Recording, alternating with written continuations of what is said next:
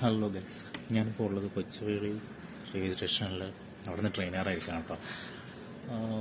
രാവിലെ എഴുന്നേറ്റുള്ള പോക്കാണ്. എന്താ ഏതാണെന്നുള്ളതൊക്കെ ഞാൻ പിന്നീട് ഒരു വീഡിയോ ഇടാം.